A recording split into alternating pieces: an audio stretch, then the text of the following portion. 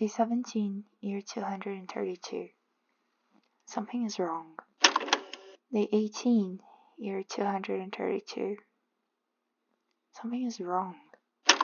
Day 19, year 232. Something is wrong. Day 20, year 232. Something is wrong. Day 21, year 232. Something is wrong. Day 22, year 232. Something is wrong. Day 23, year 232.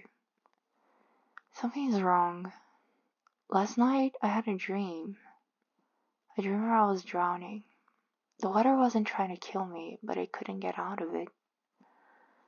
The more I tried to fight it, the more I got dragged down to the bottom of wherever I was, and I couldn't see where it ended, but it wasn't pleasant. I wanted to swim away from it. I struggled to reach the shore, but I was too far away. Day 24, year 232.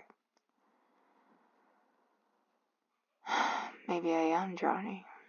It won't stop raining outside.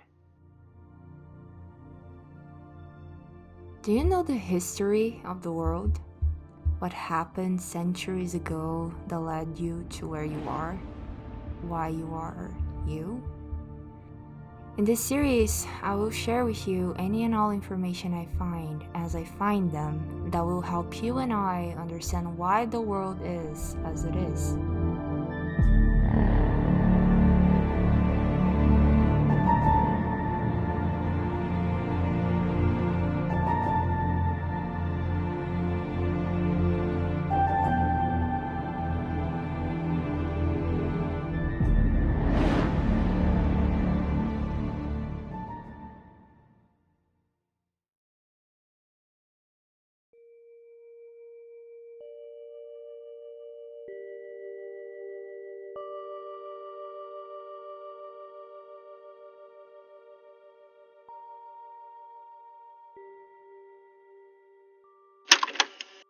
Day 25, year 232.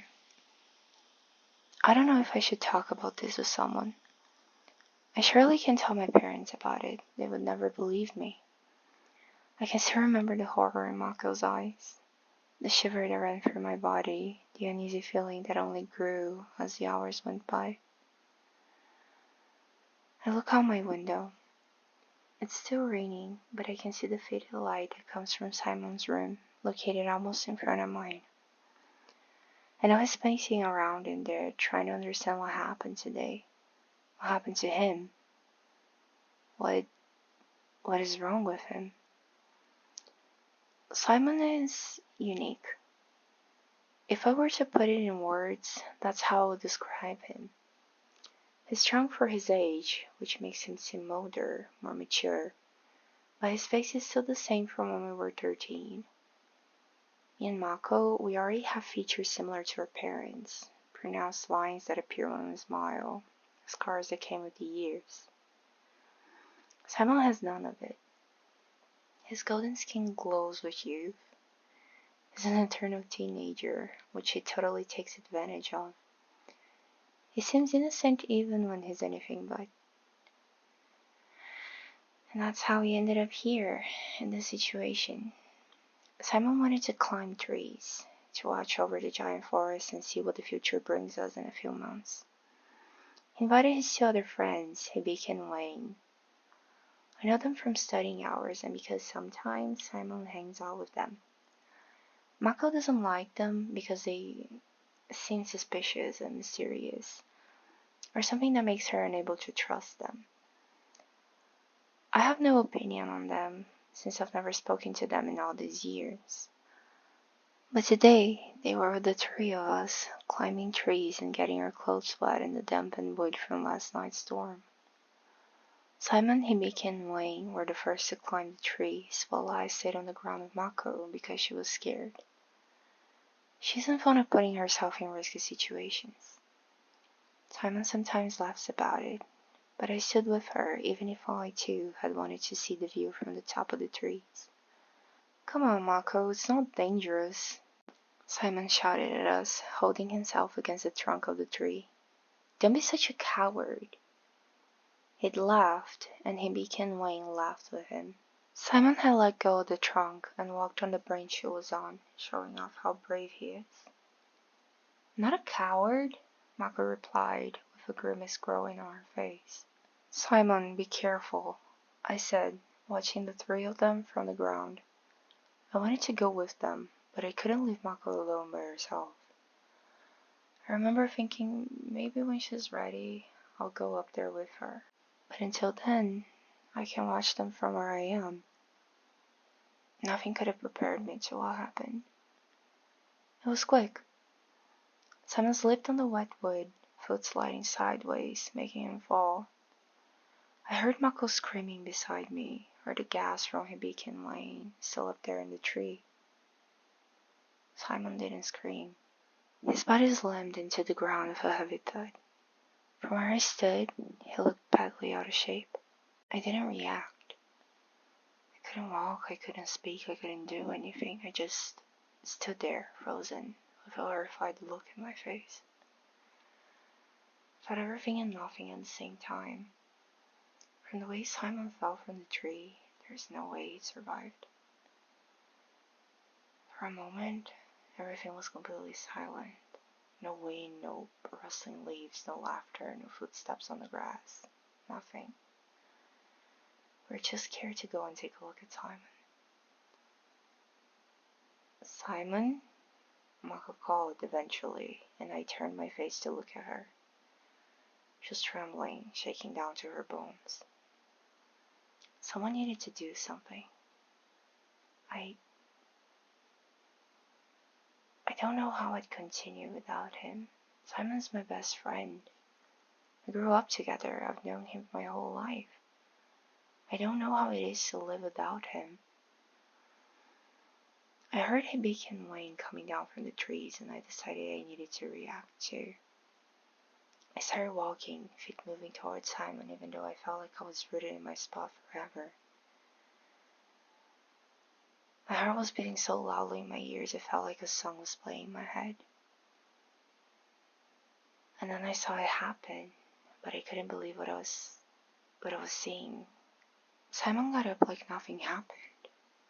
He looked normal except his shoulders and left knee were bent at a very strange angle.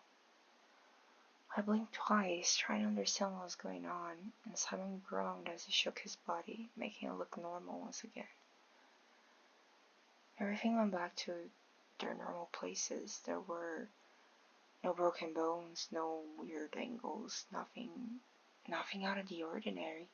Oh, that was a huge fall. Simon dusted clean his shirt and pants, using a playful tone to try and make the situation better. He knew it was tense, he could feel it. He knew something had happened. Did everyone see it like I did? Wayne asked, and I had nothing else to say other than agree with her. Simon fell silent, staring down his impossibly unscratched, unwounded, alive body.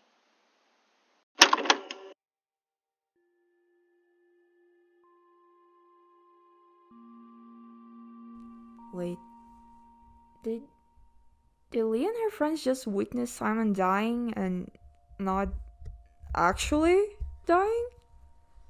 Did he even die? Did he die and come back to life? I I don't know where this is going, but I'm becoming more and more interested in why my father wanted me to read her diaries. There is something happening here.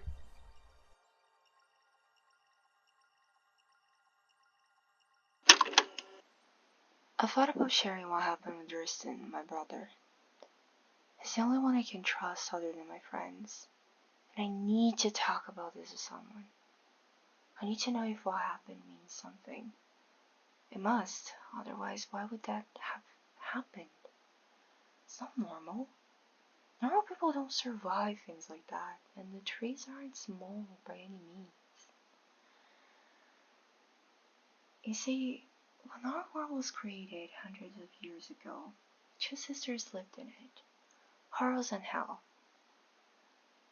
Only they existed, and the world, their world, was big and endless.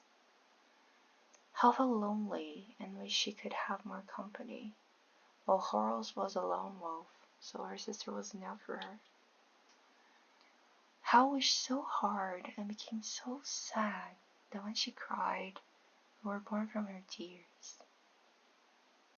She created us, or at least that's what Hell thought. In truth, we were created from Horus' spirit because she wanted to see her sister happy. And now Horus lives inside all of us. We were created from Horus' love, courage, and loyalty for her sister.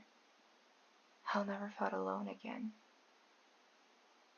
Tristan's my brother, and I will never feel alone again as long as I have him with me.